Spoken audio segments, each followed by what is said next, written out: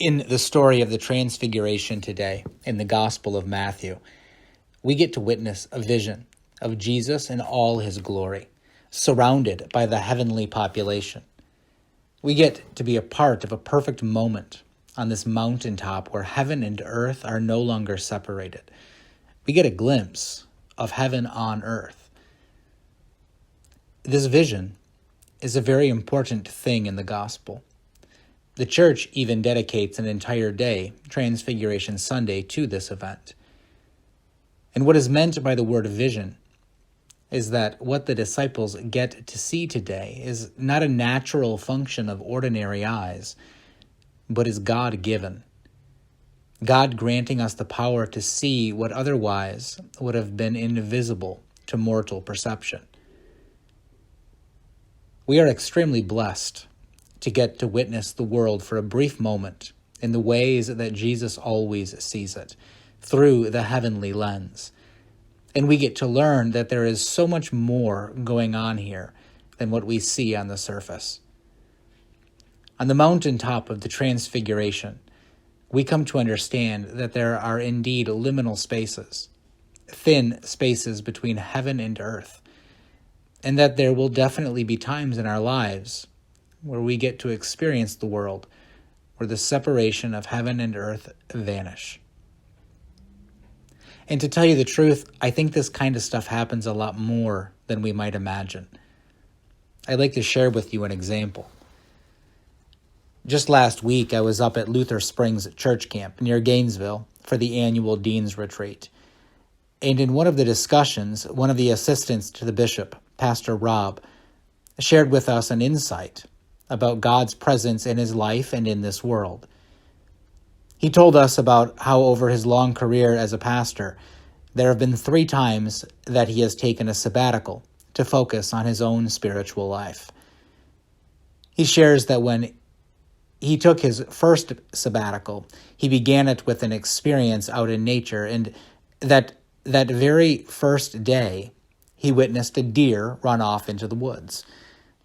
And while that might not have been too significant, after a few months, on the last day of his sabbatical time away, he was again out on a hike thinking and praying, and another deer ran off into the woods. And again, while this might not sound too significant yet, he explained that this also happened during the other times of his sabbaticals. As a matter of fact, each and every sabbatical he took, they always began and ended with the presence of a deer in this fashion. And while he wrapped up this story illustration by sharing with us that he was telling a friend of his, a Native American, of this unique experience and how he felt that it was an important part of his time away in prayer and study, and how his friend explained to him that in Native American theology, the presence of a deer signifies the presence of God. You know, deer don't really like people and flee at the first sign of a person. And to have an experience like this was more than just a coincidence. For them, it was indeed the presence of God. Now, as Pastor Rob was telling this story, I was relating to it and thinking of my own life out in the woods and my own experience with deer.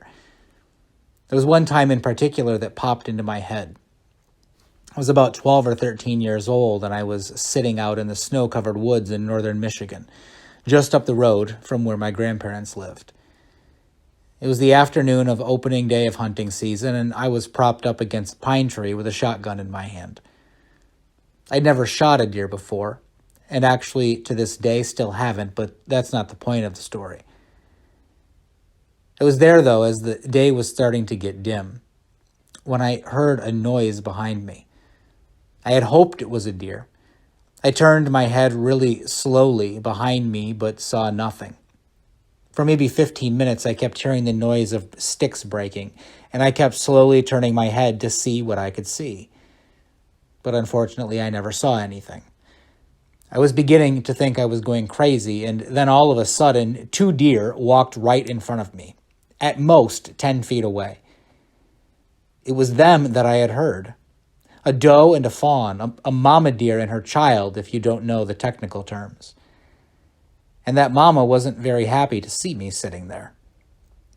She didn't know what I was. She didn't know I didn't have a doe permit and that she was safe. But she sure wasn't going to just let it go, what she had walked up on. With her child behind her, she looked me right in the eyes, pounded her foot a few times, and then snorted in my face.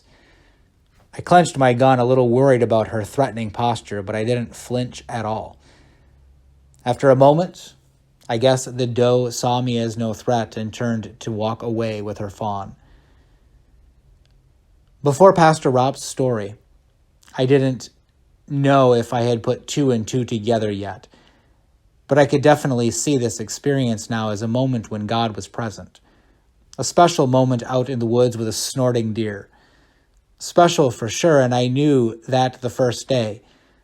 But now I had this new understanding too, that this was a moment that God was with me in a unique way. It is a moment that I have always remembered fondly. I really appreciated Pastor Rob's story, and following the session, I decided to go sit with a few other pastors on the back porch of the dining hall. We were talking about how important the meetings were, and I decided to share with them how much I really appreciated the deer story. I shared with them that I recall another pastor once sharing an illustration in a sermon about how she too felt God's presence with the presence of a deer.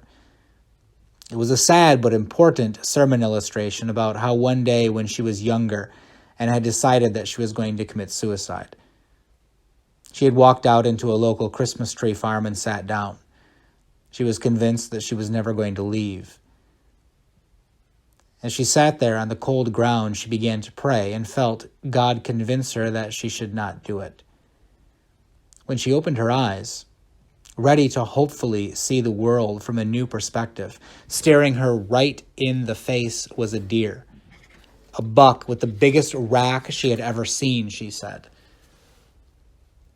I told the group of pastors how she too felt that this deer was the presence of God in her life, and how Pastor Rob's illustration was backed up by another experience that I had heard before.